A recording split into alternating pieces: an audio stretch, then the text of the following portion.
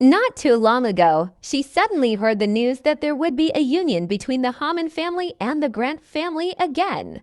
And this time, the bride and groom of this marriage were Kate and Tyler. Although the Dark Lord is dead, the Grant family is still a huge thorn in our side.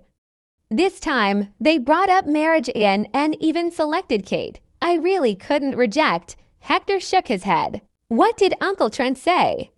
Is he going to let his daughter jump into the fire pit? Natasha pressed further. That's exactly the problem. Hector let out a sigh. Your Uncle Trent and cousin readily agreed to the marriage.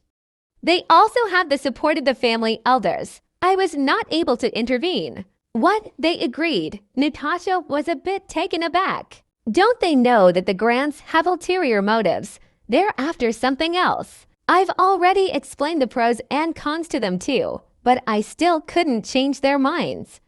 If I attempt to stop them, the situation will blow up even bigger, Hector said helplessly. When he initially heard about this, he naturally protested. However, it was all in vain. Trent and Kate wouldn't listen. They even insisted it was for the family's benefit. In the end, the argument ended on a sour note. HMPH, Kate is such a gold digger, Natasha snorted. Does she think she rise to the top and become the general's lady once she marries Tyler? She's far too naive. Forget it. The final decision has been made. It would do no one any good to speak more about it.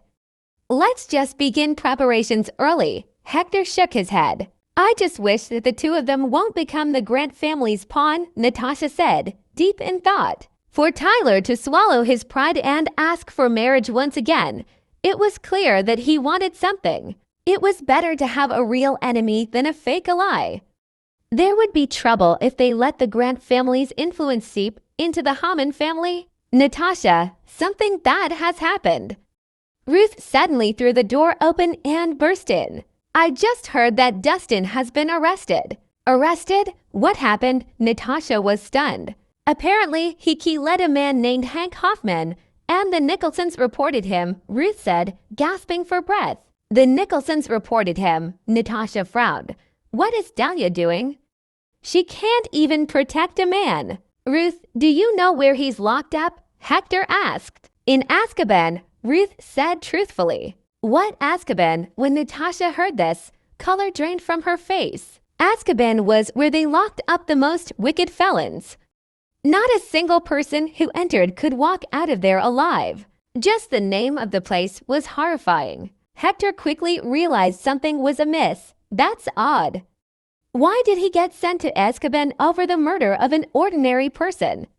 Could it be that someone planned this from the shadows? Even if someone committed a crime, there should have been an interrogation, a plea, and other procedures.